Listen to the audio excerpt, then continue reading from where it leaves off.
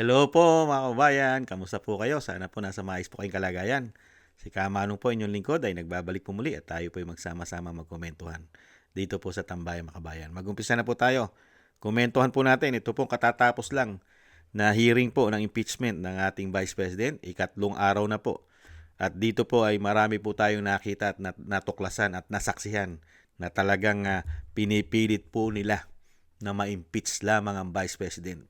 Kahit po ito'y gawa-gawang kasinungalingan at mga scripted, mga kababayan, di umano. Katulad po nito, expert po siya. Tinatawag pa nga siyang forensic expert. Pero dito po sa video na ito, sa pagtatanong po ng Defense Counsel na si Attorney Narbasa, dito po sa kanilang witness na si Mark Kalilong, tinanong po ni Attorney Narbasa, dahil nga po yung video na kinuhanan nila na sinasabi po ang Vice President ay may tangkang pagpatay o binantaan itong tinatawag na bangag na kanyang ate at ang baluslos at may tinatawag din kokak. Pero ang tanong po dito ni Attorney Narbasa, sino po ang nag-contempt kay Attorney Zulaika Lopez? Hindi po masagot. Pero expert siya. Diyan ka magtataka mga kababayan. Dahil wala po sa script, yata't nakalimutan yatang suriin at panuorin ng buo yung video kung saan po nila kinuhanan ang Vice President na sinasabi pong impeachable yung ginawa daw ng Vice President na pagbabanta. Ito po mga kababayan, panuorin po natin. Bingi po ako ng tulong.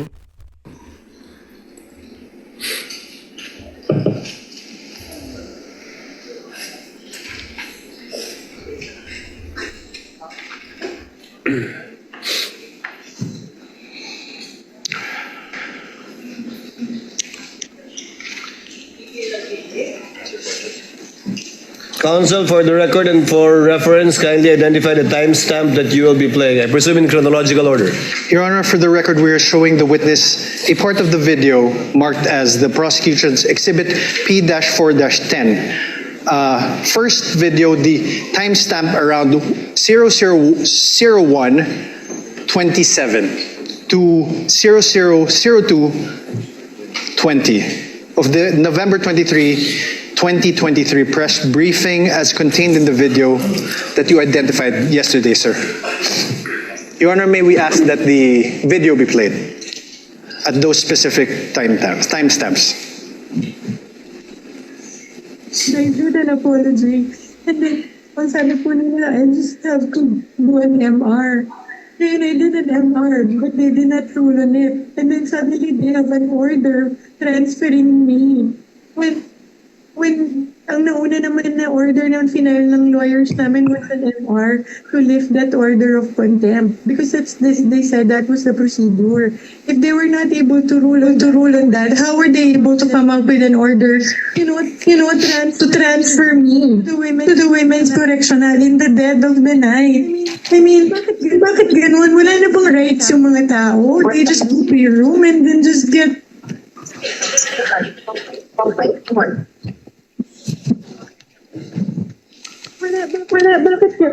I don't understand. Your Honor, may I ask that the video be stopped? Sir, do you know who that is in the in the video that you identified? Attorney Zulaika, as far as I remember, sir. And Attorney Zulaika, as far as you remember, Attorney Zulaika is who in relation to the Vice President? You may answer not a yes or no question. As far as I remember, she is the COS. COS meaning Chief of Staff, Chief of right? Staff. And she is there in that video because she was cited in contempt by the House of Representatives, correct? If you are aware, you're the investigator. Prior to the...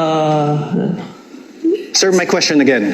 The witness Let is the about to witness answer. answer. Witness is in the process of answering. Prior to the scene, I have no personal knowledge, but based on her statement during the video, I think it was mentioned.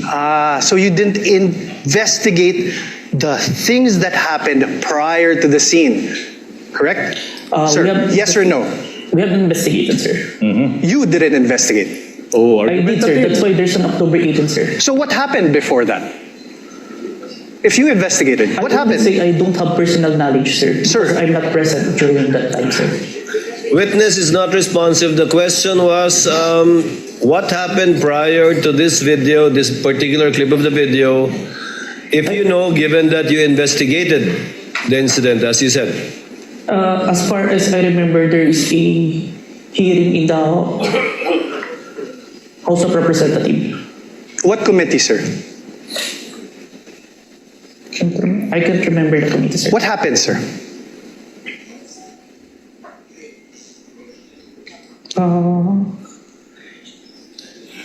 COS was cited in contempt, sir. By who, sir? I can't remember the exact, sir. But you investigated. I withdraw, Your Honor. Nakita nyo mga tambay, nag-imbestiga po yan. Expert po yan. Mga expert, di po ba? Sinasabi pa nga, forensic expert pa nga yan eh. Mga kabayan, nag-imbestiga. At yung video po na sinasabi nila na pagbabanta sa Vice President, dyan po nila kinuha yun. Hindi po ba? Pero, hindi niya alam ang nangyari at alam niya na contempt, na cite in contempt ng House of Representatives. Pero hindi niya alam kung anong committee. Hindi po ba yan yung mga TWADCOM na tinatawag? Quadcom na naging TWADCOM.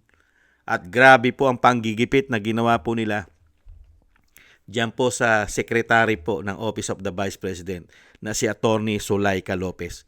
Grabe po. Pinatayan pa nga ng ilaw dyan si Vice President eh. Grabe panggigipit.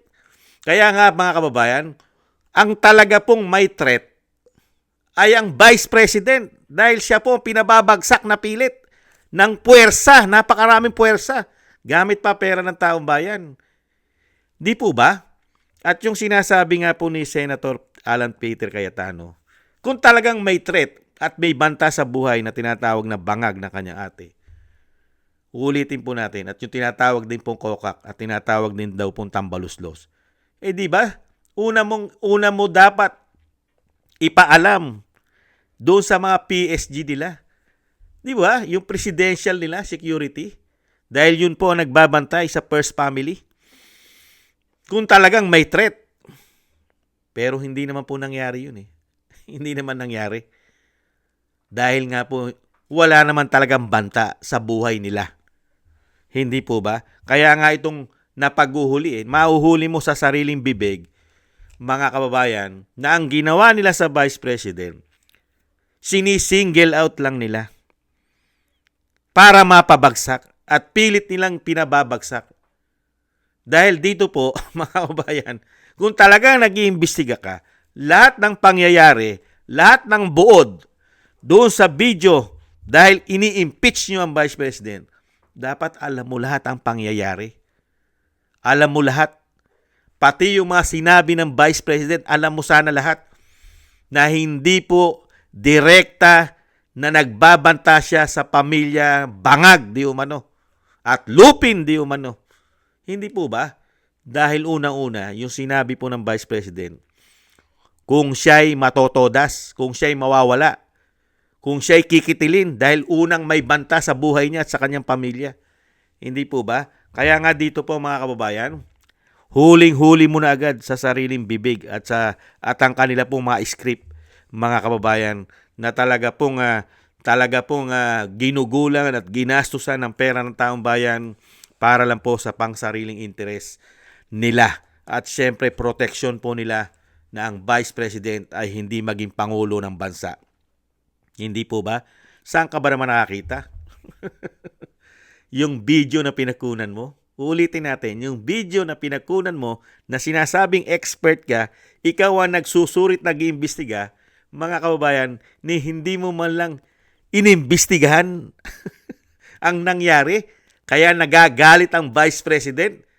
Bumuhos ang galit niya. Dahil sa nangyari, isa sa nangyari ito. Grabe ang nangyari sa kanyang secretary. Excuse me po. Grabe ang nangyari sa kanyang ex-secretary na si Attorney Zulaika Lopez. Grabing panggigipit ng House of Representatives. Ni hindi mo man lang inalam, wala kang knowledge, unbelievable. Masyado kang bistado. Bistadong bistado po mga kababayan. At ang tanong, gaano kaya karaming pakinabang ang nakuha ng taong ito? Di umano, ito pong si Mark Calilong na kanilang witness. Kasing laki kaya ng envelope? Kasing laki kaya ng bag? O kasing laki kaya ng maleta? Di umano. Nagtatanong lang po tayo. Hindi naman masama magtanong. Yan po mga kababayan, ang nangyari po, isa po yan sa nangyari kanina mga kababayan. Kaya nga po mga kababayan, diyan po lalabas ang katotohanan. Pag na-cross examination mo na sila, lalabas na po ang kasinungalingan nila. Di umano. At pilit na pilit. Dahil nga po sa maitim na balak po nila na pang sariling interest lamang ang hangad nila sa ating bansa. Hindi po ang magserbisyo at bigyan po tayo ng sinasabing magandang buhay man lang. Hindi po ganon sa panahon ngayon. Manapa noong panahon ni dating Pangulong Duterte. Maniniwala tayo na ganon ang hangarin ni dating Pangulong Duterte na bigyan tayo unang-una ng kapayapaan, seguridad, security, at syempre po pilit niya pong binibigyan ng trabaho ang taong bayan. Kaya nga po napakarami niyang build. Ngayon po, grabe po ang ginawa sa atin. Puro korupsyon, maleta at politika, mga kababayan. Maraming salamat po sa nagusto po ng ating Tambayang Makabayan sa YouTube at TikTok. At ganoon din po sa ating mga subscribers. At nagko-comment, like, share, and subscribe. At sa mga gusto po ng Tambayang Makabayan sa YouTube at TikTok, maraming salamat po sa inyo. At thank you rin po sa mga nagbibigay po ng tulong at biyaya. Shoutout po kay Eric Hershaw from Canada, kay Baby Roman at Ate Isa from Cagayan Valley, Jem Aris from United Arab Emirates, Annie Jo, at si Tatay Nick from Toronto, Canada, Jesus Valdepena, Rolando Guerrero, Mika Yi, Felipe Shapno from Texas, USA, Ma'am LB Sermani from North Miami, Florida, USA, Mika Ligaspi, Frank Zamora from California, USA, at Romulo Di Binagracia from Bacolod City. Maraming salamat po. Ingat-ingat po kayo sa inyong mga paggawa at God bless po sa inyong lahat. Tiis-tiis lang po tayo mga kababayan. Muli po, paalam. Bye-bye.